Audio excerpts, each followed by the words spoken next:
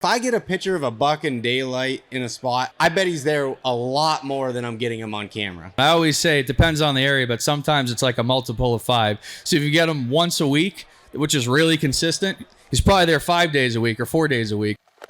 I was like, well, if I throw a mic on, then I can help others the way that these people have all helped me. Born in the heart of the Pennsylvania deer camp. With the help of experts, friends, and local legends, we bring you valuable knowledge and powerful stories for your hunting adventures. Welcome to the East Meets West Hunt Podcast with your host, Beau Martonik. If you guys want to move up closer, we can interact more. If you guys got questions, or I don't know if you can hear us well, but it's tough to hear you guys if you have anything. So if you want to come a little closer, we won't bite you. They don't like you, Brett. That's fine. All right, so thanks everybody for coming. My name is Beau Martonik, and I have Brett Joy here. And like you just heard a little bit ago here, both Brett and I, we are friends, although I live in Pennsylvania and he lives in New Hampshire. But we found out that we were doing nearly identical topics to our presentations back to back. So Just decided to jump in together. And made way more sense to do them together than and it's a little bit easier than just talking ourselves here. So, but we're going to talk about trail cameras and then also a 3-year plan to scouting and kind of how we're utilizing them from a scouting side of things. And like to get started, my thoughts about trail cameras, there's something that has been a piece of technology that's come a long ways. They can be super helpful when you have limited time to scout, find specific deer, learn about patterns year after year after year. But I want to start off by saying trail cameras do not replace scouting in the field and woodsmanship and being able to do that. I use them as a tool to aid in that and help with being limited on time at different situations and understanding some of those patterns. What do you think, Brett? Yep, I totally agree. I think the other important thing in the settings that we hunt, which is limited visibility, is we use them to actually locate deer interested in hunting, right? So without them, we don't know that the deer are there. Obviously, we can read sign and tracks, but a lot of times we're looking for a really big deer, and it's tough to tell a really big deer unless you get a picture of him and say, that's what he looks like, and that's what I'm interested in. So I think that's another important aspect of it. If you're in the Midwest or in farm country around here, maybe you can glass a bean field or, spotlight at night or something like that during the summer and find a big one. That's not an option where we hunt. So, we use trail cameras to find a buck or an area that has a couple different bucks that we're interested in hunting. Yeah. I mean, we live in some pretty cool regions where like the whole Appalachian Mountain region all the way up, I'm in Pennsylvania where Brett's at in New Hampshire. They look very similar. Just big timber, logging country, mountains, hill country, different topography, beaver ponds, all those different things. And to help find the caliber of deer that we're looking for, trail cameras help. Yep. It's tough without it. Yeah, for sure. All right. So I kind of want to start my part of the presentation here with a story. So in 2021, I killed an opening day archery deer in Pennsylvania. This was October 4th, I believe. And I wanted to share a little bit. This deer was 5.5 years old. It was really nice 9-point. And I want to talk about how trail cameras helped and kind of how I use them in a different way than you would typically think about. So I use trail cameras a lot for the next year, not in the real-time data. So this deer, it was a new area. I went in, I found a nice shed, and I was like, this has the caliber of deer and the sign that I was looking for to actually go and hunt. And so I'd ran cameras in there the first year, just trying to see what was going on. And I learned that it was like in December into January, this buck was going through this bottom, going into a new logging cut. They had just logged it that winter. He's feeding on the tops. And I've just noticed that in my area of the country with those fresh logging cuts, either early season or late season, they kind of tend to follow some similar patterns with the blackberry briars and feeding on those and everything. And so I looked at that trail camera data from 2020 in the late season, and I noticed that deer, I went and looked back at the historical weather, and he liked moving on this trail going back to bed on a southwest wind. But in that scenario, that deer, if you were to hunt that spot in a southwest wind, it'd be blowing right towards them.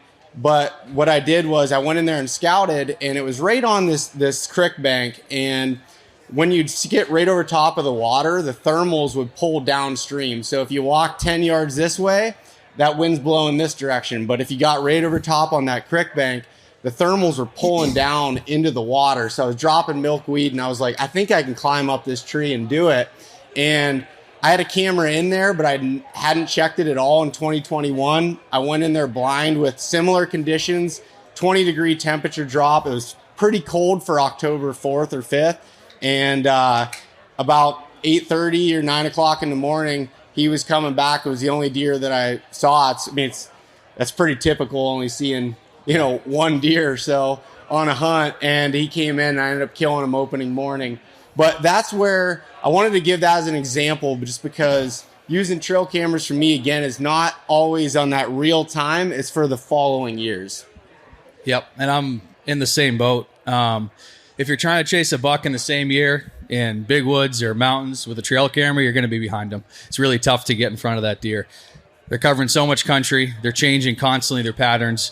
And they just cover, like I said, so much country. It's tough to use trail camera from that year to kill that deer. So like Beau, I do the same thing. I'm running cameras and trying to establish or identify annual patterns rather than a pattern that's, current time or real time. Go ahead. So you talked a little bit about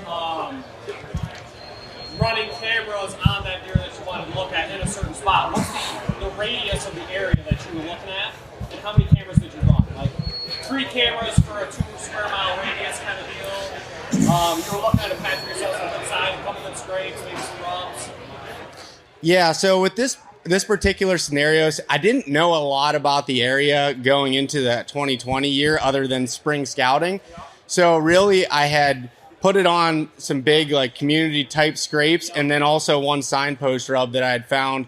And I like to cover the first year of different elevation levels. If you have like some sort of a mountain that maybe, 500 to 1,200 feet of elevation from top to bottom, because food can change every year. They might change their bedding habits, but I like to cover some different areas. So I had 5 cameras in this spot. This one was directly in the bottom. And then I had one on the side hill above, one right on the edge of the clear cut. And then I had one on the other side of the mountain, essentially. Yep. I was literally just trying more so just to figure out that there were deer in the area. And then I would figure out how to hunt them, not as much in that first year of having a camera right where I was going to hunt specifically, if that makes sense. Yeah, I think the other thing to keep in mind is like every circumstance is different. So you're going to have to apply, this to your own unique circumstance. We can't tell you, look at 500 acres and run 10 cameras. Like that may work some areas. I have areas that I go into and I think I can figure out pretty quick what's there and what they're doing with maybe 2 or 3 cameras. Yeah. It just depends. I find that areas with really good habitat and have like vast areas of good habitat, I need more cameras. Some of the areas I go into, the habitat's poor, and there's just a lot of stuff that is just kind of useless, and it's not good deer habitat, and the deer are not in there. I'm not going to run cameras there. I'm going to go to those hubs in focused areas of good activity. I'm going to run a couple cameras in there, and I'm usually going to be able to find out what's there in those areas and just ignore the rest of it. So you're ignoring like 98% of the woods and focusing on 2%. When you are able to do that because of the habitat, you don't need as many cameras, and you don't need to. It's easier. It's simple. It's more cut and dry. Yeah. No, 100%. It's very, very situational on how that looks. And like for me, when it comes to places that I'm even going into, a little bit deviation from exactly trail cameras, but I want areas with as much diversity as possible. So when I'm looking at the map, the more shades of green and different colors, the better. Because I know that, in areas that I'll hunt that have oak trees, the problem with areas that are just like all hardwood mass crop, a year that doesn't have mass crop changes everything. Where areas that have a ton of browse and that have, cuts here, or they have, beaver meadows down here, and all these different things that they can feed on, you tend to see those annual patterns year to year be more consistent. At least that's what I see. Agree. Yeah. So some of the things that I was planning on covering here is the 3-year strategy, which that's the funny part. Brett and I have very, very similar thought processes on the 3-year strategy. Where I typically put cameras in location from year 1, 2, and 3, wind indicators, camera settings, security.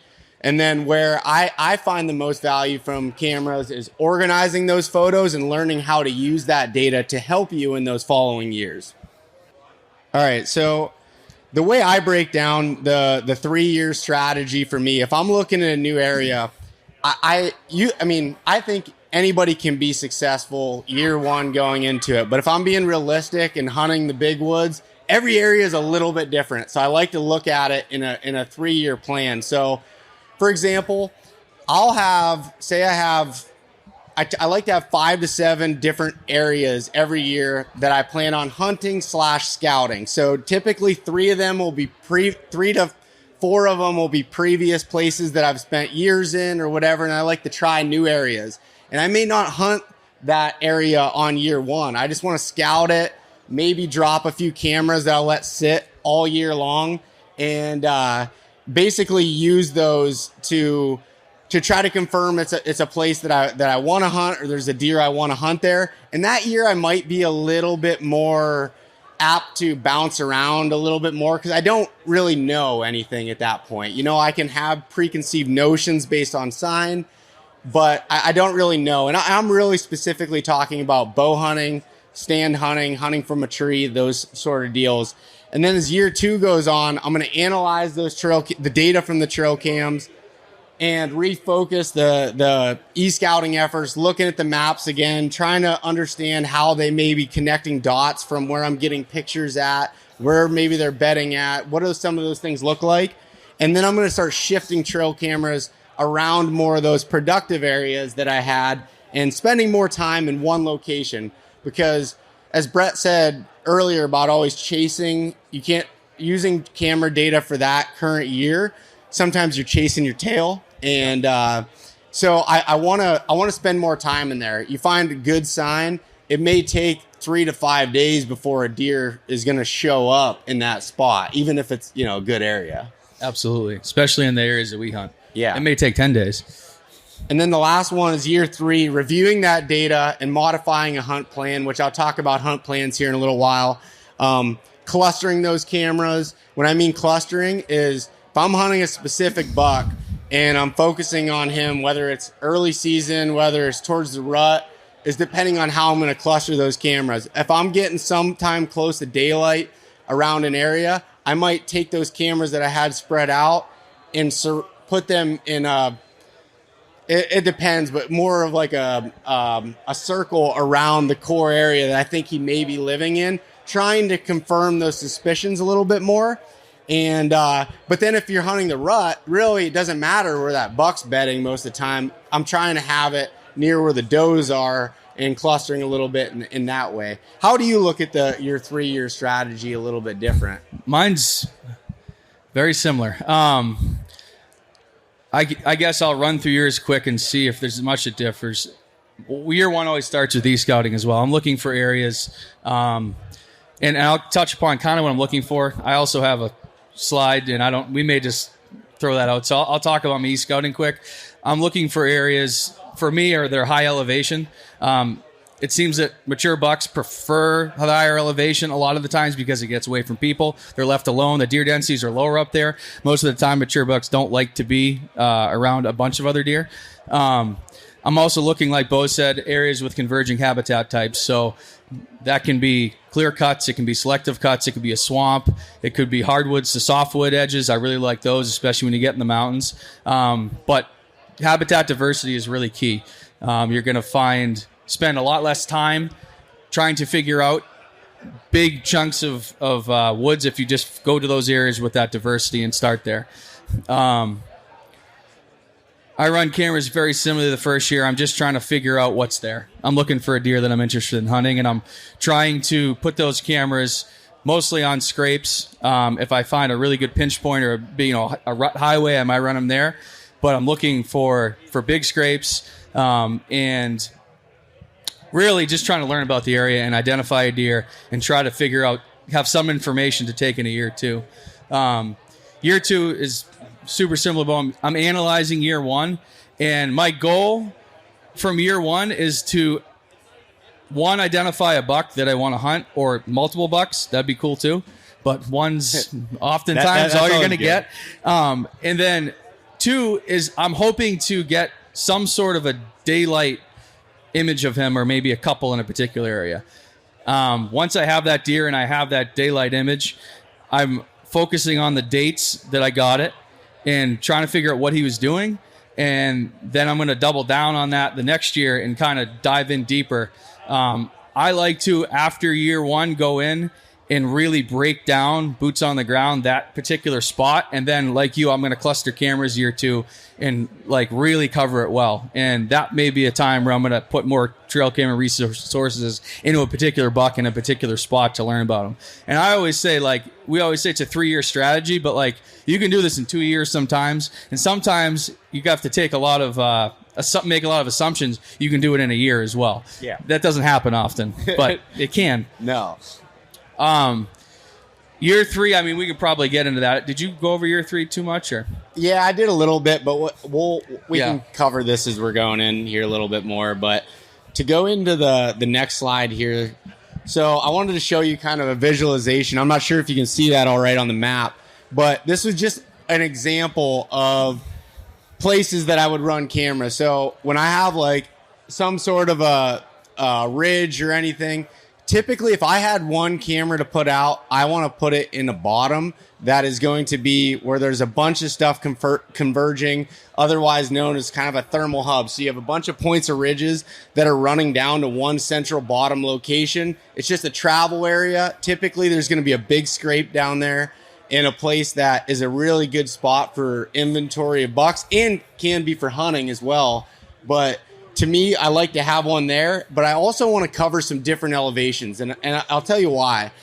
I think it was probably almost 10 years ago now. I was in a spot, first time in there, and I found all these giant rubs, and all you could see were they're feeding on acorns up on the top. And there's this oak ridge across the top. And I was like, holy cow, this is going to be great next year in there. I went in, put all these cameras across the top on this hard sign, went in there in the fall, and I literally didn't have a single deer on any of those cameras. And I was like, what has changed?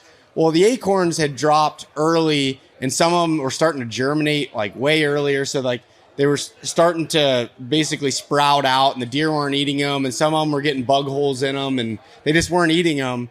And I dropped about 500 feet off the mountain, and I started finding where black cherry and beech nuts were just everywhere on the ground. And those deer were even bedding lower. They were staying down lower on the mountain.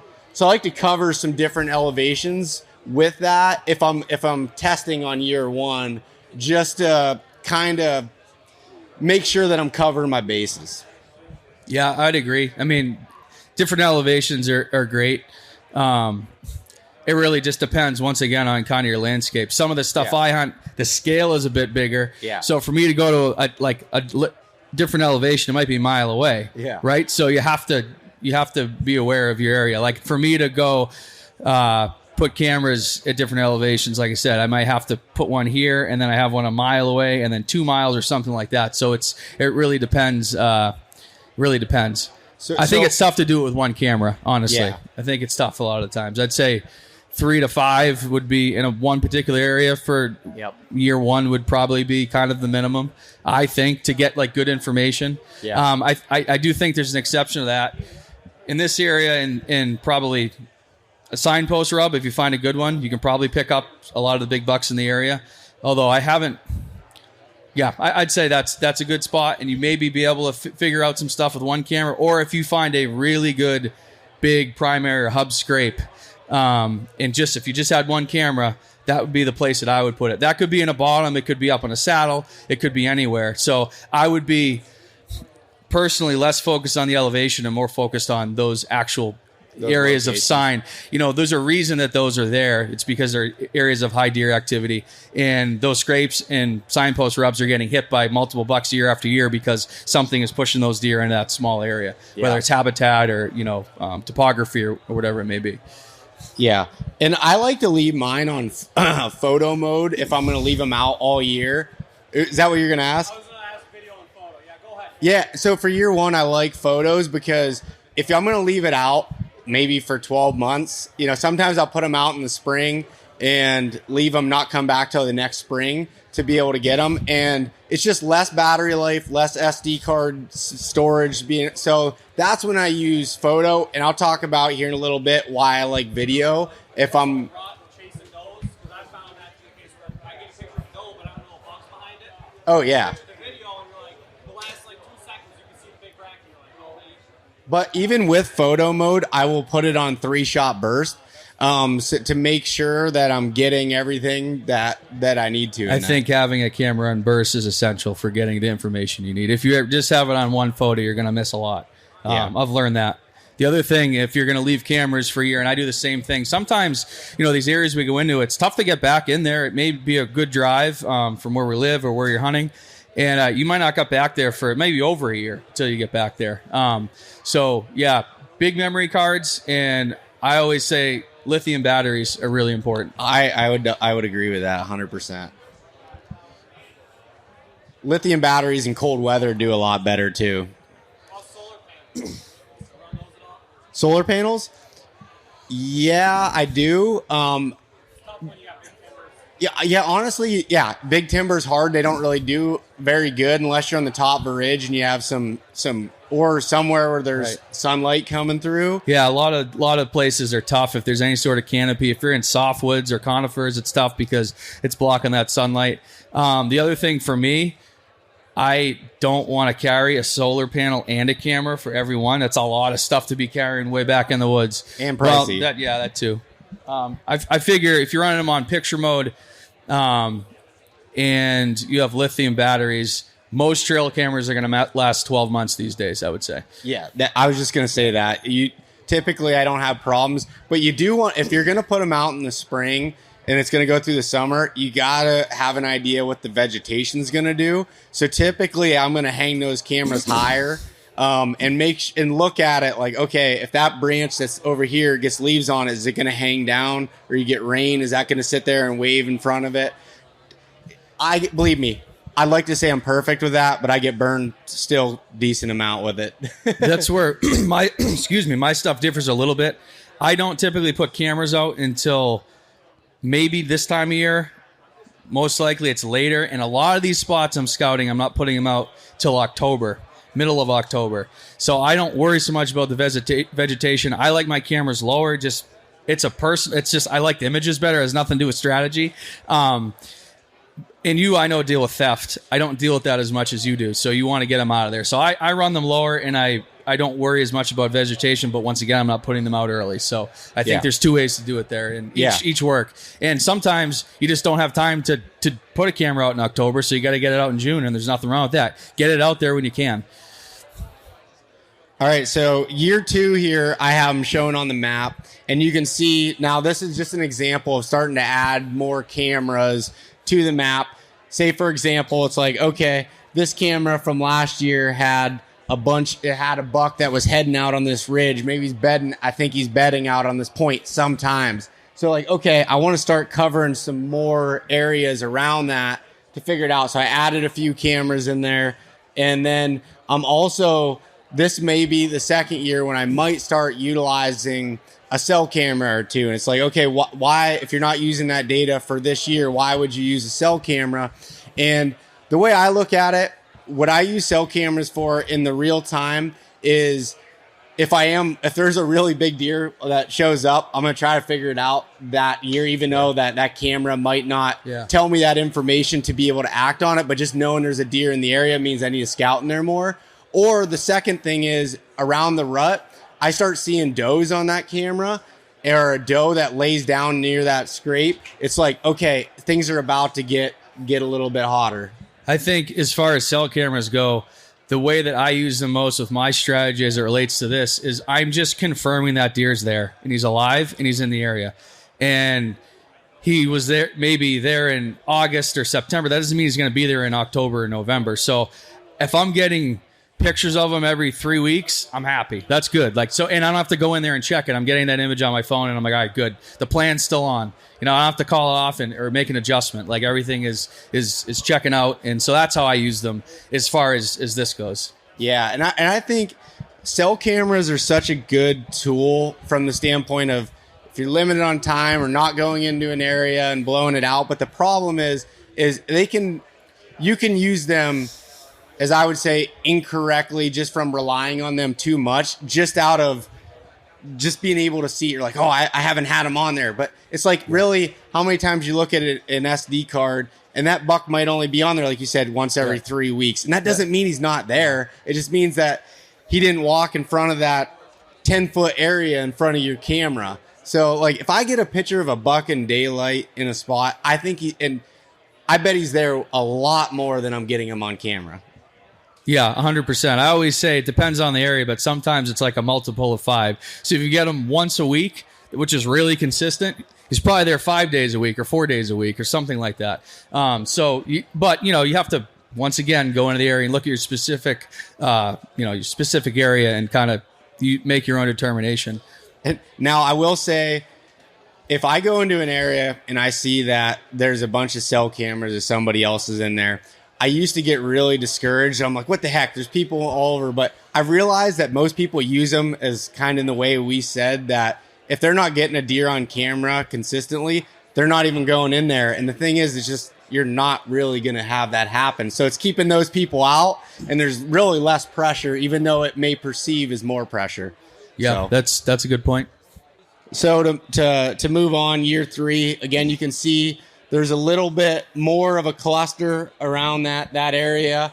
And then also, I never want to stray away from having cameras on the perimeters. So you say you had 5 cameras clustered around an area. That buck could shift for whatever reason. Maybe they did a cut across on another ridge you didn't know about, or there's more acorns over there and they're moving. That annual data is important, but you can't, in my opinion, you can't rely on it to a point where like that's all you're looking at. So I like to keep them spread out a little bit still. I knowingly but stubbornly made that mistake a couple years ago, and I was just ignoring what was happening in real time and hunting purely off historical annual patterns, and it hurt me. So I've made a conscious effort now to actually get out during that season I plan on hunting that deer, year 2, year 3, and actually boots on the ground and scout the areas that I plan on hunting, and making sure that, hey, they just didn't log a whole mountainside and cut 100 acres like yesterday or the day, last month, and it's changed the whole area, or, there's no acorns this year, or, maybe a whole bottom is flooded out where it was crucial to a pattern. It's redirected stuff. So that's stuff you have to pay attention to. If you ignore it, you could waste a lot of time. All right, so I want to talk a little bit about scrapes, and both Brett and I would argue to say that you love scrapes just as much as I do. Why scrapes? Scrapes are like the Instagram and Facebook of the deer world, and everybody's going in and to see what's going on. They're checking them, and especially in the big woods and in the mountains, they're a big deal, because that's one of the only times I think a lot of these deer have any sort of interaction. Well, it's not like actually physically with other deer, so they can go to one scrape and kind of get an idea of what's going on in that area. I think that's why they're super important. Yeah, it concentrates the activity in the big woods, is to boil it down, I'd say. And every area is different on how much scraping activity. I find in some of my areas it's a really good buck to doe ratio. There's not a lot of deer. But there's really good buck to doe. So they're a little bit more aggressive with leaving that sign down. So there might be 100 and some scrapes in an area. It's like, how do you know? I typically look at scrapes that you can see multiple licking branches from years and years and years of use, because it's just more repeatable, more of those annual patterns to be able to see it. If I find one that has 5, 6, 7 licking branches, I get all worked up like a little kid on Christmas morning, and it's like, all right, I love that. The other thing is on the ground, if that scrape's dished out, so that's, below sea level, we'll call it. It's a couple inches below grade for the rest of the area, and then you're seeing tree roots in the bottom of it as well. That's been scraped out and worked for year after year, and that's another way to identify them. Yeah. Yeah, it's almost like you think of like if you were to dump minerals on the grass here, it just sits on top of the ground, and after a while and being used, it starts, digging a hole in the ground. The other interesting thing I've found is if you might find areas that, like, I don't know how good of a scrape this is. Usually in the scrapes that I find that are year after year, this time of year, they have this little short, thin green grass growing in them. And you don't see that in many areas. There may not be grass anywhere in the woods, but in those scrapes, that green grass, I don't know why. It's obviously the condition for that particular plant is favorable in that worked old scrape. So when I see that, I know it's been there historically. And you're not going to see that in the off season, but you will see it in the summer. So if you're summer scouting and you find that, yeah, that's a scrape, and it's been there for more than a year probably. Yeah, and I will find that some scrapes are utilized year round. So when I'm having those cameras soak there, I've found that for some reason in August in my areas, if I get a nice buck in August that he wasn't there all summer long, he shows up, hits the scrape in August, he might not even, he'll go through and maybe put his head up in the branch. He's not going to really paw at the ground, just kind of walks through it. It almost seems like he's checking the doe groups for late October, November, and he doesn't show up again until that time. So when I have a buck that shows up in August out of nowhere, he usually comes back sometime in that late October, November time frame. And that's something that I've picked up on of reviewing these photos and these videos over the years. It's been super helpful for me.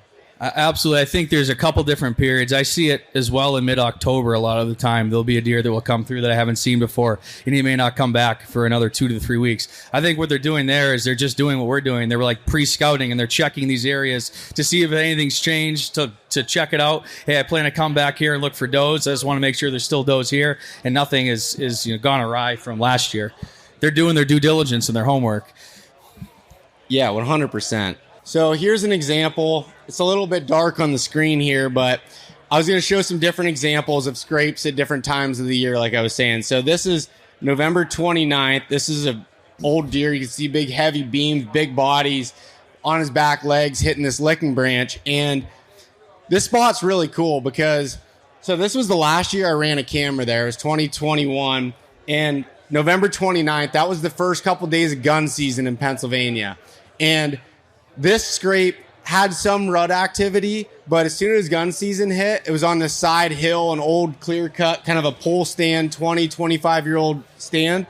All the bucks seemed to just start bedding on this hillside from all the pressure that was coming from the top and from the other areas. And I hadn't been in there since this last gun season. I went in there and we went in there hunting and ended up shooting one buck and seeing like 4 or 5 others that we jumped, all laying in that year after year. It's just a spot that they go to. And I actually have a video of this exact buck. I don't have it on this presentation, but he was hitting a scrape, a different one on this hillside up on the top that you could hear gunshots in the background. It was the opening day of Pennsylvania gun season. If anyone spent time in Pennsylvania the opening day of gun season, you hear shots pretty often. The deer was unfazed. It was just, he felt safe where he was at.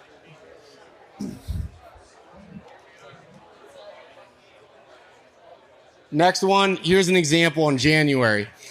This is a really big deer that I did not kill, but I hunted him for 3 years. And here he is, January 16th in 2022, coming through. There's a big scrape here on this side hill bench. And I don't know if he hit the licking branch or not, but he was just kind of coming through, checking that out. And here's an example in September. Same thing. This is a bottom scrape in the bottom of a hub system like I was talking about. Really old deer. And then another one here. This is in November, clearing out after a snowstorm. I just love that video of him clearing it out there. All right, so the next one I want to go into is rubs. So when I run cameras on rubs, really the only spot I run cameras on rubs is if I do find signpost rubs. And right here, behind here, there's a signpost rub. And I found that with this particular one, it was really interesting. Only one buck would actually hit that rub year after year, but it seemed like every other one in the area would go by it, would just keep going through it. So that was a spot. It was a kind of similar to like a community scrape as a communication tool. They might come through and lick it or do whatever, kind of get their scent on it. But only one deer would rub it, which was pretty interesting. Yeah, I've seen the same thing, and the scrapes can be the same as well. They may not work the scrape, or they might not rub the tree, but they're going to come through, and basically they just want the scent. They want to know what's going on there, and they don't need to work the scrape or hit the signposts to find that information. They can get up just by cruising by downwind quick. And a lot of times during this time of year, November 7th, they don't have time. They're going. They're looking for a doe. They're not going to stop and dick around at a scrape or a signpost. They're going to look for a doe. If they can cruise by downwind quick, get what they need, and keep going, that's what they're going to do. Yeah. They're trying to be efficient. They're trying to go from A to B, and they're trying to find that doe. So let me see if you can see that. That's the buck that would hit that rub. Look how big he was. Put the mic up. Yeah, giant. And the thing that was funny is I would go in there, and when I would go check that camera, I would spray forehead gland scent, a synthetic forehead gland scent on that tree. And every time I did it within 24 hours, that buck would be back. One time he did it 25 minutes after I left. Was it ever in daylight? Yeah. Yeah. That was the time I was there. Yeah. So that was, normally it was at dark, and I was just like, okay. And I sprayed it and was getting out of there, and I made a mistake. I should have just sat. But all right, trails. So I don't use cameras on trails as much as other places, but where I do use camera on trails is creek crossings and also faint trails. So if I find places, flat benches that go across, and there's some big heavy trails on there, I find a lot of times does are mostly walking on those trails, but just over the edge of the ridge, just kind of out of sight. That's where I'll find some smaller trails, maybe with some rubs along them. Those are spots that I will run some on there. Yeah, I think the main place you touched on is creek crossings. You call it a creek, I call it a creek. But areas, yeah, when they cross those creeks, they're usually in areas where the topography dictates they cross. So those are really good spots, and I really rely on those in my hunting strategy and trail camera strategy. The one thing I'll say is, kind of go back to rubs quick. Other than a signpost rub, I don't really get too crazy about reading into rubs. Rubs are great to have, but as you can see from that video, certain bucks have certain personalities. You may have one super aggressive buck in the area, and he's going to put 200 rubs across the landscape. You may have a more docile buck that maybe doesn't rub very much. So I wouldn't get too crazy reading into that type of sign. You don't need to have it. It's awesome when you see it. It's exciting. And obviously when you see it, there's something there, but you don't be discouraged if there's not rubs all over the place. That's a really good point, because there's one area that I hunt that typically has some of the biggest deer over the last 10 years that I can't find a rub that's any bigger than this remote anywhere in there. And there's scrapes, but there's just not rubs in that particular area. The other thing is, as far as trails goes, if you do have other than a creek crossing, it's kind of tough to do this in that setting. But I'm always trying to put, if there's not a scrape where I'm running a camera, I make a mock scrape. So I want, even if it's not there, this is another reason for them to use that trail and walk in front of your camera. So most instances, you can figure out a way to get a licking branch in there, finagle something, and make your own mock scrape. So almost without fail, unless it's a creek crossing. Is that a creek crossing? That's exactly what you're That may be a circumstance where I'm not going to have a mock scrape, but other than like something like that, I'm probably going to try to figure out a way to put a mock scrape on that trail where I want to run a camera. Yeah, so this picture here, this is October 4th, just before dark. This deer was, I'm assuming, coming off the mountain behind him, come across, and then across the other side of the creek was some apple trees. And that first week of October, typically where I'm at, rarely do you see apples sit on the ground or still hang in the tree past the first couple weeks of October. And this is one of those spots. It funneled it down. As you can see, there's kind of the cutout there. That was just like a little tiny, I guess it would be like a spring seep that ran down into the big creek that was in the bottom there. And he kind of run down that ditch and then cross it. And actually that buck did that 3 days that week. I didn't know that, but and I never got him on camera the next year, so I don't know what happened.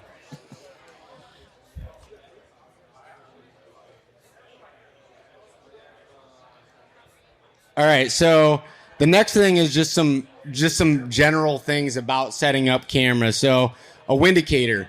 This is something that I've used to try to help to see what the wind is doing, because if you look at the historical weather or anything else, when you're in the mountains, the wind's not doing typically what it says there. So hanging a piece of ribbon or something to be able to see in those photos which way it's blowing helps me kind of understand what the wind is doing in that. Do you use those at all? I don't. I actually have found, and this is just my experience, very little correlation between wind direction and movement, honestly. Like, if I'm being completely honest, where I hunt. So I when I hunt, I'm trying to have the wind in my favor, but I don't think the deer that I hunt, I'm not saying they don't use the wind, they do, but I don't think if the wind's wrong for them, they're not going to go over there. I think if they're going somewhere, they're going to figure out. There's going to be far more cautious if the wind is not, in their face. So I don't think it's a bad idea, though. Maybe I should. Yeah. And then I guess when it comes down to camera settings, like, we talked about photos a little bit earlier. If I'm doing photos, I always keep it on 3-shot bursts, so I'm not missing something that goes through. But what I really like to use is like a hybrid mode, if your camera has it, where you can do video and a couple shot burst of photos. And I like to do 15 to 20 second videos. They really are time consuming to go through those videos when you're doing it. But exactly the example that was brought up here in the front is during the rut, a doe goes through, triggers the camera, and then it might be a lag of 10 seconds before that buck, or longer, before he comes through, but that gives me the best chance to be able to get him on there. Yeah, I would agree. Some cameras now are taking photos first and then recording video as well. A lot of cell cams are doing that now. I run them on that. Videos just tell you so much more. You can tell like the personality of the deer, his body language. You can kind of tell his health, which is kind of actually important if you're going to try to hunt a deer the next year and he comes through and he does not look good. That might not be good. He might not make the winner. So I like to know that and gain as much information as I can from that camera. You want these things to work from you, and you don't just want to look at, big buck, and no, don't think past it. Evaluate that image or that video and gain as much information about that area as you can and use it to your advantage. Yeah. And do you run security boxes? You say you don't really have a problem with that. Don't. I just, even guys that hunt the same area as me have had stuff stolen. We have a lot of bears. I know you do too. Yeah. I just haven't, maybe I've been lucky, but I haven't had that many issues with bears or people messing with my cameras. I don't know why, but maybe you're cleaner than I am, because the bears destroy my cameras. So it really depends on where they're located at. Sometimes I'll have them low, like you said, no security box. But if I'm if I'm like putting a camera on an apple tree or something that's like a food source like that, or near acorns dropping, I either got to have a box on them or hang them up higher, kind of out of the field of view of the bears, more than people. Yeah, I think there's something to be said, too, for a camera that's quiet, that doesn't click. The shutter is not audible, because I think, probably not people, but deer, and particularly bears, hear that, and now they're curious on that camera, and they're going to go investigate. The other thing is, and a black flash camera, I think, is important. I do think that there's potential for a white flash or even an infrared camera or a red flash to scare some deer. I think that they don't like them. I've had deer back in the day that I'd take their picture with, the trail camera would take the picture with a white flash and then walk by it like all the time. They didn't care. But I've also had deer that freak out and you never get another picture of them again. So I think that's important. I try to hide my cameras if I can. Like, I try not to run them right on a scrape, right in their face if they're going to notice it, or a trail or whatever it is, or an apple tree. So I try to conceal a little bit, back off the movement a little bit. I think that helps avoid those deer noticing it, and as well as the bears. I mean, they're kind of doing the same stuff. I have bears checking scrapes and sniffing, licking branches and doing the same thing. So if their attention is on something else and you have that camera off that a little bit, then there's a pretty good chance that they're just not going to notice it. I started putting gloves on when I put my cameras up, just not even really for the deer, for the scent portion, but of the bears. And that seemed to help. But what you just said about the camera positioning, specifically for not spooking deer, because some deer are just spooky. Yep. Super spooky. So like you said, if there's a trail come this way, I don't want to put the camera right in their face or a scrape. I like to have it quartering, not perfectly horizontal, because then if your camera is slow trigger time, it can miss it going through. But if it's quartering, you get more of a chance one way or the other as they're traveling through. I think quartering gives you a better view of the deer as well, to see what you're looking at and identify the deer as well. Sometimes right from the side is blurry and it's quick and you just don't get the image. And you don't want it right in the trail, them walking right at, because they're going to see it and notice it. So back it off a little bit, still get a good angle on them, but don't run it 90 degrees to the trail, and don't put it right on the trail. Yeah, and talking about how we were talking about the camera height and how you have yours mostly low, and I do kind of a mixture of low and high. The problem with the high ones is you lose that field of view. You really are only pointed down at what you're pointing at. So I really am doing that if there's a specific thing that I'm trying to get.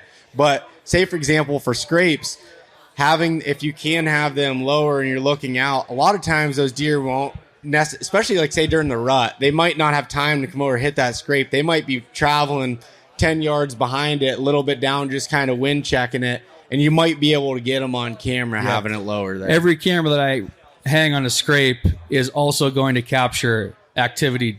It might not be downwind. Sometimes if there's a really thick stand of whatever on one side of the scrape and say hardwoods on the other side, well, I'm going to face that camera with its back to the thick stuff, looking at the scrape and then looking out on the hardwoods behind it to capture the activity. You want to maximize the chance of getting a picture of the buck you want to hunt. So doing that is just maximizing the information and the chances you're going to capture a picture of that deer. Yeah, and we talked about batteries already. Lithium is what I use in all my cameras for that. Yep. All right. Me as well. So I want to talk about, we talked about using that data for years and being able to analyze that. So what's that mean? So when I get an SD card, I'm going to take it, I put it in my computer, and I organize it in folders. So I start with, I have folders for every year. I have folders going back to 2009 where I have all this organized this way. And then I have the area. So say it was a specific area, maybe it was around, I name it maybe around a creek name or whatever it might be, a trailhead name. And then within that, a specific location, which is where I get creative. I might, it's that, west side of clear cut hemlock scrape, Sometimes I get a little bit confused with that, but get a little wordy. Yeah. Yeah. I get really descriptive. And then the photos are in there, which have all the dates in there. So then I can have that. And I typically, the photos and videos that I'll keep are either big bucks, ones that look like they're up and comers. And then I keep all doe pictures from the middle of October through November, because those doe pictures to me are more valuable than the buck pictures. I can't tell you how many times I've hunted in the rut in an area where a camera's at and would see multiple bucks. They never went in front of my camera because their agenda is different. Yep. That's, how do you organize yours? I don't. You don't? I'm terrible at this. I used to do that, and I have so many images, and I don't have the time to do it, unfortunately. I wish that I did. I have a very good memory when it comes to this stuff, though. I can remember dates and times and bucks from year to year. That's just how my mind works. So I can get a picture of a buck I haven't seen in 4 years and immediately recognize them. It's just the way my mind works. And I have them. They're mostly on my phone. The older ones are on a computer. And that's just, it is what it is. Like, I wish they were more organized, but I'm scrolling most of the time. Like, I know it's there, and I'll find it. This may take me 20 minutes to find a picture. I'm like, oh, there he is. Yep, he was there last year this time, too. Got it. Cool. So, yeah. All right, and this is something that I do that a lot of people think I'm crazy because it takes a lot of time to do this.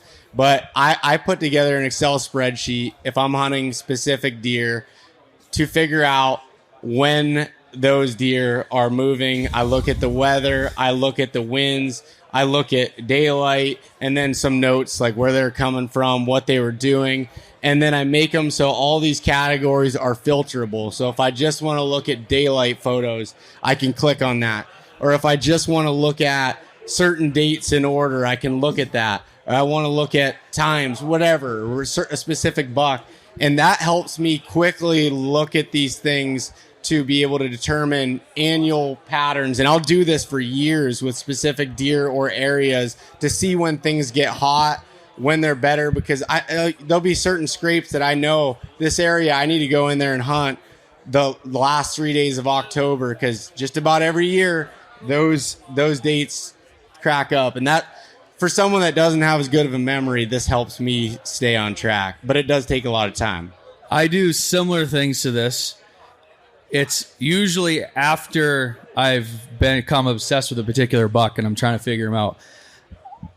I think this helps, but for me, I can't get too deep into this or I go crazy trying to figure stuff out. And we're working with incomplete data sets most of the time. We don't know everything. There's huge holes in this stuff. So this is helpful, but you can only learn so much from it, and you can't get obsessed with it. That's the thing that I've learned.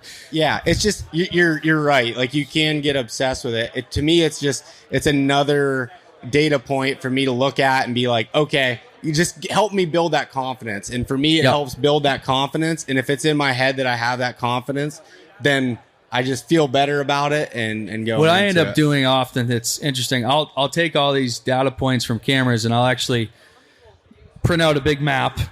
I like to put my hands on it. Like, that's how and I'll actually write dates and times on like a tiny little Post-it note and stick it on the map so I can look at it. And that helps me visualize it. I've done that a few different times. That's a couple bucks. I like that idea. I also just like to write things down. That's just how I like to do it. I use spreadsheets at work all the time, and I don't want anything to do with spreadsheets anymore when it comes to deer hunting. From talking to hunters all over and everything, I feel like, I'd love to hear it from you guys. How many times do you get up in the morning to go hunt and you're like second guessing, do I go here? Do I go there? What do I do? And it can drive you nuts. Yep. And do you do that, Brett? Yes. Until I make my decision, and then I don't think about it anymore. That is good to be able to do. But what I tend to do is I'm looking at building what I call a hunt plan to be able to help me basically make the decisions for me. So it allows me to pivot without stress of like, what should I be doing? Because how many times if you're hunting the rut, you're sitting there dark to dark all day, you're hunting for over a week and things aren't working out the way that you thought they were going to be. And then you just feel like, I don't know what to do. Although you do know what to do. It's just trying to take the emotion out of it and just looking at the data. So this is where I like to have backup plans, or maybe there's more hunting pressure in the area.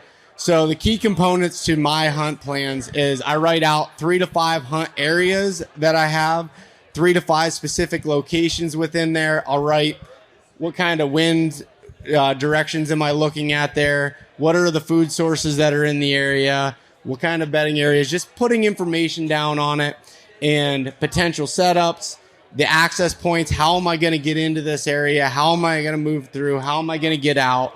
And then all of that information. I do this in the off season. So after I'm done scouting it, while it's fresh in my mind and I have this information. When I look at going out of state or I'm going somewhere else, so my background and everything was in safety and emergency preparedness. So I look at these things as also writing down where the nearest hospitals are, the nearest food and grocery stores, where's the nearest meat processors if you're out of state, or the taxidermists that say if you had to bring a deer in from Ohio back to Pennsylvania, you're not allowed bringing the brain matter back because of CWD risk. So trying to have that stuff planned out so you're not trying to do that when you don't have cell service. Having that, to me, it helps out. Hotels, gas stations, laundromats, all that stuff. I think this is good. I think that this stuff's overlooked, and I think that when you're cold, hungry, and tired, that stuff becomes infinitely more difficult to figure out, where right now you could figure out easy, it's stress-free. When you're under stress, you're tired, you're cold and hungry, and you're trying to find a hospital or somewhere to wash your clothes or a taxidermist or whatever, that becomes a real challenge. So I started doing that elk hunting, because I'd be out here and I'd be like, I don't know where to go to this stuff. There's no cell service. I don't know where to go. So I'd plan this stuff out, or you got to go a ways to find a gas station. That kind of stuff helps to have it ahead of time. And then also emergency contacts, and just in case something happens to you, that someone can be able to pull it up. Here's just an example of a hunt plan outline. So area, 1. Can I come to Booner Mountain area this year? No, that's my area. No. So I just gave some examples of how kind of I lay that out. And then I'll have these printed out so I can look at it. And if I'm struggling, it's like I can look at this and be like, okay, all right, this is what the wind's doing. I can go to this area during these dates, and it seems to be good year after year. And there's just, some more ideas there. And then there's like the important numbers, emergency contact list I was talking about. I keep a copy in my truck, and just to be able to have it when I get back. Obviously, this stuff is geared towards not in your home Travel, where you live. If you're gonna be hunting, maybe out of state or a different area of the state that you're not as familiar with. Yep. Okay, so we talked about this. I just want to show another example of a aerial that's a little bit different. This is a lot probably bigger scale. This would be more. Once again, this is an example map. I don't hunt here, so if you recognize this and this is your spot, I apologize. I've never been here, but it's a good example.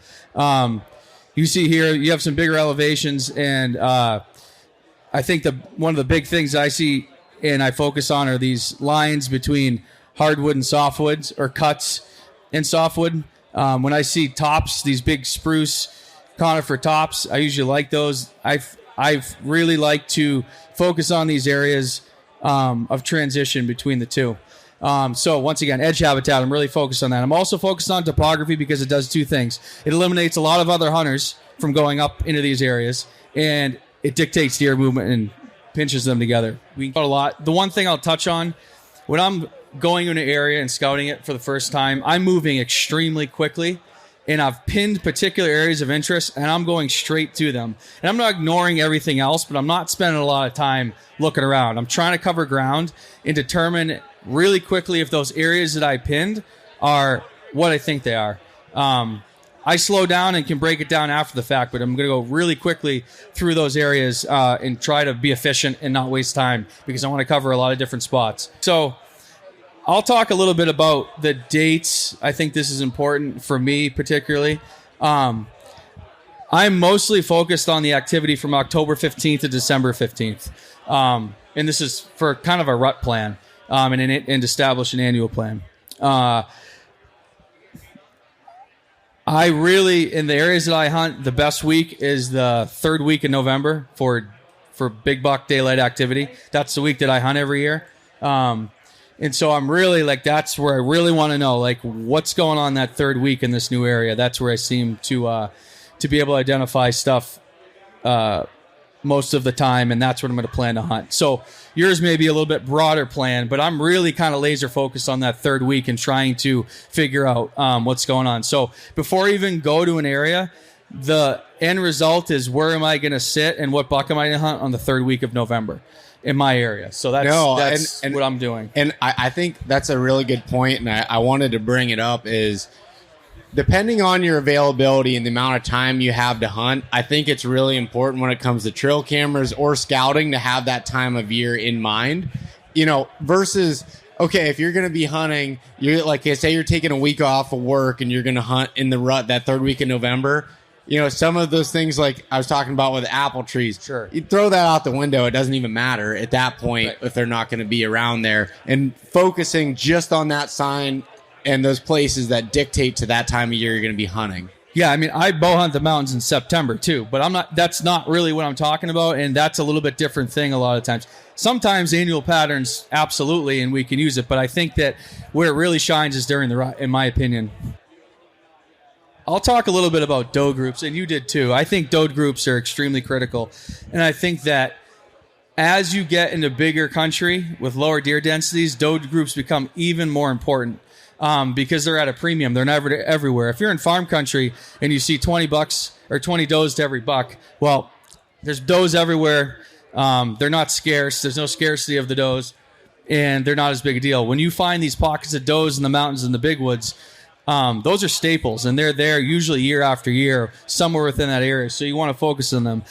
Those bucks their rut activity is dictated by those doe groups and the location and behavior of those doe groups. So you really want to focus on them. I know you talked about. The other thing I think is you can almost pattern those does, and you can pattern what time of year they come into estrus. I have found that in particular pockets, those does will cycle in the same time every year, the same few days, and consequently the buck activity in those pockets will be the same every year as a result of those does coming into estrus. So that's important to try to figure out. Yeah, and Brett, the thing about the doe groups, what you said there is so important because I'll give an example. In 2020, that one big 10 point I said I didn't kill, when I was in there, I had an encounter with them on the ground around these doe groups October 30th. around that time, and it was just like nuts in there. And after pulling my cameras after the season, that one particular area around that doe group was just hot. So the next year I went in there, same thing around that time frame. And it's just like that knowledge is so important to be able to get with those specific doe groups when it comes to the annual data and patterns. And the other thing you have to keep in mind is often in these areas, not many does are being killed. So you could have does that are 10, 15 years old in some of these areas, and they're coming into estrus for 10 years in a row around the same dates. All the bucks in the area are going to be aware of that. And that's a really consistent thing that I've seen is those doe groups and the dates they come in. Some of those does are old, and they can dictate the movement for a decade in one particular area. And if you like, so say for example, you don't have that data as far as like, how do I know this doe group or this does came into estrus at that time? That's why I've really come to like running cameras in that springtime in April and May, which is like, why would you do that if the bucks don't have antlers? You start seeing when the fawns are showing up, and then you bring that back and figure out, you can almost backdate it on when those does were bred.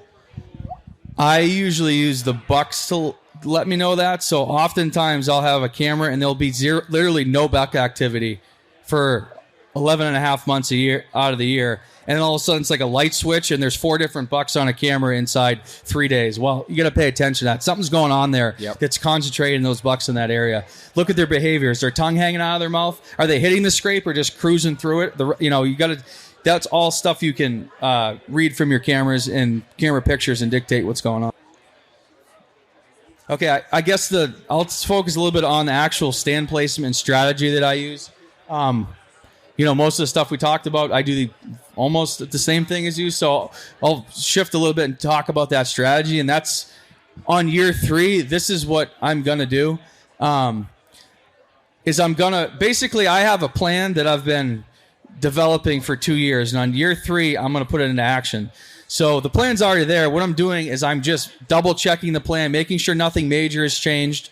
And I'm trying to find, I call it proof of life of a buck that I want to hunt. He's there. He's alive. Great. I'm going to hunt him. And now I really need to focus on the stand location or an ambush location to kill the deer, because up until this point, we've just been identifying patterns. We've been finding deer, but we haven't been focused on, what's the X where I'm going to kill this deer? Year 3. And sometimes you can accelerate that, like we've said, and do that on year 2. But on year 2 and 3, I'm really laser focused on where can I kill this deer and where can I hunt this deer. The second one. Keep going. Okay, so stand locations. For me, entry and exit and wind come first. So I'm looking for areas that I can get into and out of without affecting the deer herd the best of my ability. In the mountains and big woods, it's tough to do that 100% of the time. The deer are everywhere. But I'm going to stack the odds in my favor and try to use the wind in my entry and exit to get in and out clean out of a stand without disturbing the area. And I'm going to try to pick stand locations that give me forgiveness for the thermals in the wind. So I want to be able to hunt there day after day on multiple different wind directions and not be affecting the area. Oftentimes you just have to beat one deer. So you just need the wind when he's cruising through on whatever day it is, at whatever time it is, to be good for maybe 30 seconds and you're golden. So it's never going to be perfect. Would you agree? Yeah. If I got out of the tree every time the wind did something I didn't like it, then I'd never hunt. And especially when you're thinking about the rut time frame, like there's so many times the wind could be blowing the wrong direction, but that deer might be, you might see him in an hour, but he might be a half mile away at that point. It doesn't really affect him that much. I always say you could set off a firecracker display at 10 a.m. in front of your stand and kill the biggest buck of your life at 2 p.m. because he's 4 miles away. He didn't even hear it. He's not even that close. And that's the reality of it. The other thing I'll touch upon is you don't need to sit over your camera or where you're getting pictures of the deer. You want to sit on that same movement pattern. Oftentimes, the period of time we're talking about hunting during the rut, those deer are covering long distances in daylight. It's not an early season thing. We need to be on top of their bed. He may do 7 miles in daylight. So you don't need to, it's not like, oh, this scrape and this camera is the only place he shows up in daylight. He just appears there. No, he's on a long line of travel. So you just need to get along that movement pattern somewhere that is advantageous for you to sit there, get in and out, and blow a good wind and not be detected. I mean, how often, Brett, do you see particular elevation levels making, like, so when I'm looking at travel stuff, a lot of times if I find particular sign or I get a photo of a deer at this elevation mark, you can go a half mile down the ridge at a spot that might pinch them better, but that elevation line is so important because they're cruising, trying to cross those doe trails coming from top to bottom. Yep, and you'll also see it sometimes in these drains. There's trails that drop off of mountains. You'll get him at the top, mid, and the bottom, and he's running that line up over the mountain, so it works both ways as well. Yep. I'm always looking for stand locations that set up for northerly and westerly winds, particularly westerly. That's important, I believe, in November. That's the prevailing wind where I hunt, so that's what I'm looking for. I also like to identify like a plan B option for southerly or easterly winds, because if you have 2 days of that in the middle of the week you plan to hunt and it's a dead wrong wind for your stand location, you either can sit there and blow a bad wind and he's likely going to bust you coming in, or you can go and find a different setup along that same line of movement. This is important because if you don't hunt the east wind day because you can't, that could be the days there and you just sat for 5-6 days hunting this deer and it's all for naught because you weren't prepared with an alternate wind setup. So I think that's important. This is how I like to set up my stands. A tree stand, I prefer tree stands. They're not necessary at all. There's plenty of good ground setups that you can use for this. I like to have a visual advantage. I don't like to sit in places where I can't see the deer coming until he's on top of me. When you're sitting for long hours, it's tough to stay focused on one area and notice the deer. So there's often times, if you've been sitting for 10 hours, a deer can sneak up on you. You just lose focus. So I want an area where I can see that deer coming for a ways away, if possible. It's not always the case that you can do that, but I really prefer to try to have a visual advantage and have a good vantage point. That's why I like hunting out of tree stands. And once again, you don't necessarily need to be in the very thickest cover during the peak of the rut, because those deer aren't super focused on cover. They use it, but that's not like the end-all be-all. I like to blow my wind if possible, or sink my thermals into a dead zone. So that could be a really thick cut that the deer just are not going to go through when they're cruising. It could be a pond.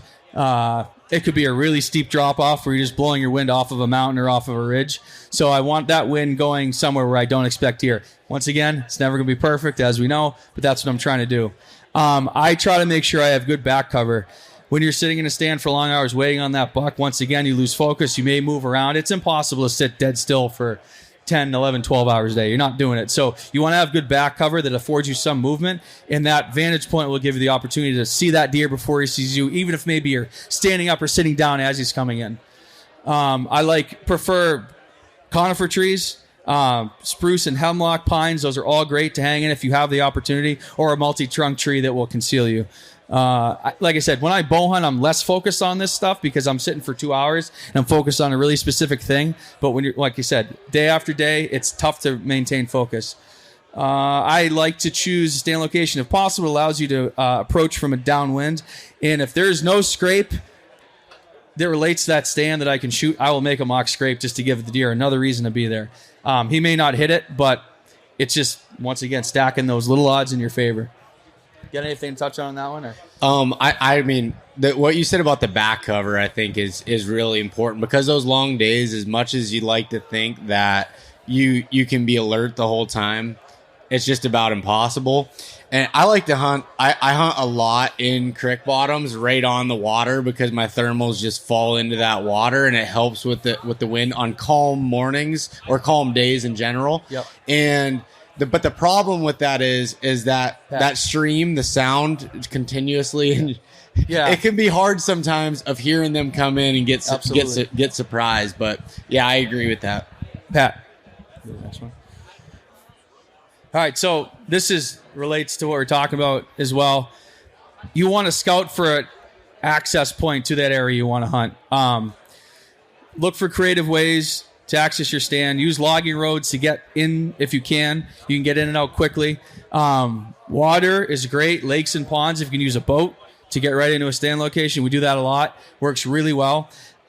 This right here is the most common way I use to get in my stand. It's a drainage off a mountain. And I walk that all the way up.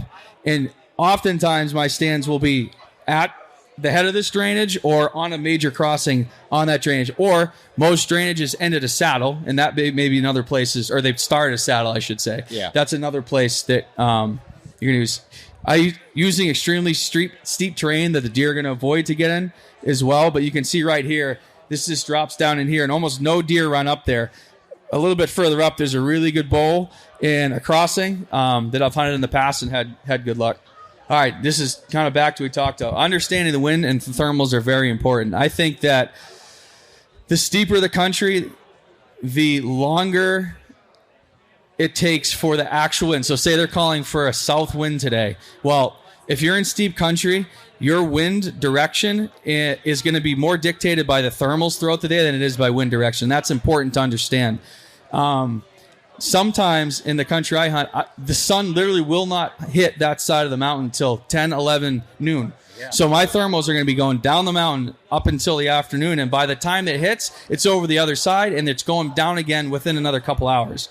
So oftentimes I like to set up below the deer movement because most of the time when I'm hunting, the thermals are sucking down. And as Beau touched upon, in a creek bottom or a drainage, they're going to follow the water. They're going to go down. And that's a great way to get up to your stand, get out of your stand, and sit there and have a safe wind. I think, too, I've found with the wind and thermals, like what Brett just said there about the direction or what side of the mountain that you're hunting is so important. South and those easterly sides are going to get sun earlier. You might have a rising thermal earlier in the morning as that sun heats up the mountain versus that west and those northerly sides that's taking longer, so it's dropping down. And, like, how many times do you get to a spot like you showed at the top of a drainage, it's like, oh, do I set up above or below the trail? And to me, I think about, it's like, okay, if I'm expecting this just to be a travel area during the rut, more mid-morning, midday movement, and I'm thinking those thermals are going to go up, then maybe I want to hunt above it. But if I'm hunting, for 3-4 hours in the morning, it might be below it just because that is pulling down at that time or in the evening. Right, and you have to just look at the spot. When do you expect to be there? When do you expect the deer to be there? And like I said, sometimes, I'm not kidding, it's almost like the thermals never rise in these spots. It's like for an hour at 1:30 to 2:30 and they're falling again. Well, I'm not going to, if I'm hunting all day, I'll take that 1 hour and hopefully it doesn't come by then. And I'll just sit there because most of the time they're going to be falling. Well, all right. And see, this is actually a pretty good example. See how there's like all these conifer trees here? I've found areas on side hills that are really thick with conifers that there'll be points in time where you never get an uphill thermal during the daylight because it's cooler underneath there. It's just pulling down. And at that point, I'm going to hunt below the trail that I expect the deer to potentially come through in those types of areas. I had a spot a couple years ago that until about January, when those conifers almost acted like a blanket and it almost was warmer underneath there from the snow and everything else was out, then I would have a little bit of that up push. And I guess if anybody's in super familiar, like how those thermals work, essentially what's going on is the sun is hitting the earth, warming up the air, and it's rising. So if the sun is not hitting the earth and warming up the air, you're not going to get that updraft thermal, which is going to rise. If it's cooler and the sun's not hitting, that cool air is going to go down. So that's the differential. So it will switch. In the morning, it'll be going down. In flat country, as the sun heats up the earth in that particular area, it will rise. As the sun goes down, it cools down and it falls again. My point is that gets super condensed, and it's only rising for a short amount of time because of the dramatic topography. The sun just doesn't hit some of these faces for much time at all. And sometimes, like, hardly at all. Like, it's almost like it's zero sun. And that's kind of good because it gives you a consistent thermal throughout the day. This is probably the last one. It's kind of the execution, and this is my style of hunting. We like to sit for long periods of time, dark to dark.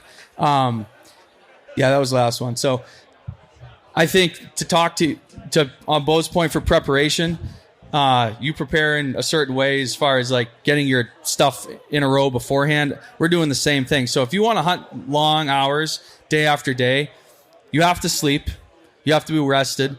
You have to have good food. You have to be hydrated, and you have to be warm. Those are like the 4 things that are critically important. I think people overlook them. When you're hungry, tired, or cold, you get negative. You start to doubt your plan, and everything goes to shit. To be frank, it just doesn't work. So when I'm hunting, putting this plan into action on year 3 or maybe year 2, I am trying to get as much sleep as possible. I'm trying to be as most efficient as I can, as organized as I can with my gear, with my food, with everything. And it allows me to sit for 7 to 10 days, dark to dark, in the same tree, or maybe a tree close by, and be there when that deer is walking by that you've put 3 years into and kill him. You know, and Brett, one thing you talked about rest.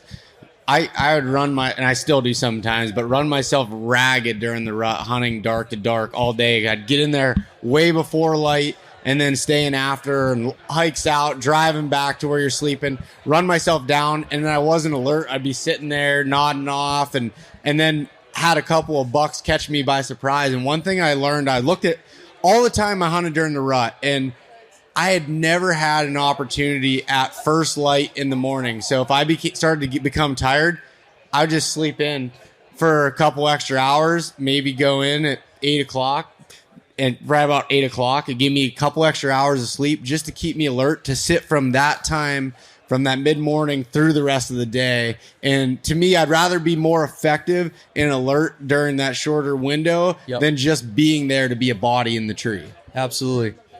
Cool. If you have any questions, Beau's booth's right there. Ours is right on the other side. Stop by, talk to us. We'd love to talk with you guys. Yeah, appreciate it. Thank you.